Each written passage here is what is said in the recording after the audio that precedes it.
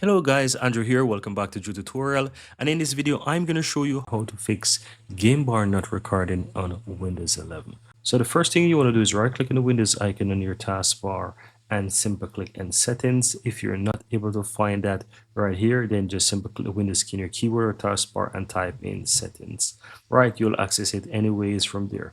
Once you're inside the settings, guys, look for the gaming on the left hand side here and click on the game bar from here.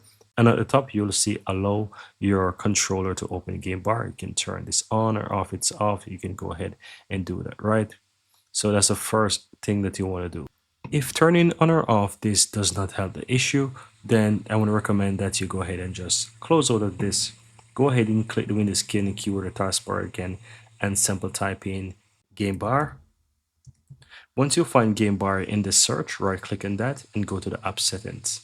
Now you'll be taken over to this app settings under system components. You just want to scroll down here and look for the option that says terminate, so you can try to terminate that. So you want to do terminate, that's the first thing. Then go ahead and do repair. And if you do repair and this still does not solve the issue, I recommend that you also do a reset right here.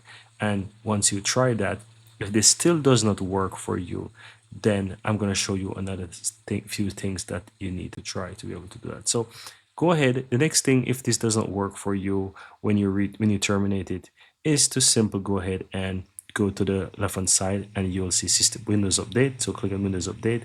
Go ahead and check for updates, see if Windows have any updates, and just ensure that your Windows is fully up to date. So as you can see, I'm up to date, but if I'm not, you can go ahead. I can just simply do a check for updates and see if there's anything updated that I need, and just go ahead and update your PC, right? You can always check for updates and do that.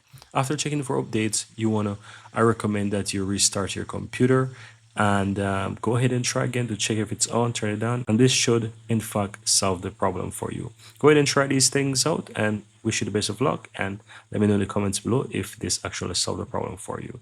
And that's pretty much it, guys. Very easy and very simple.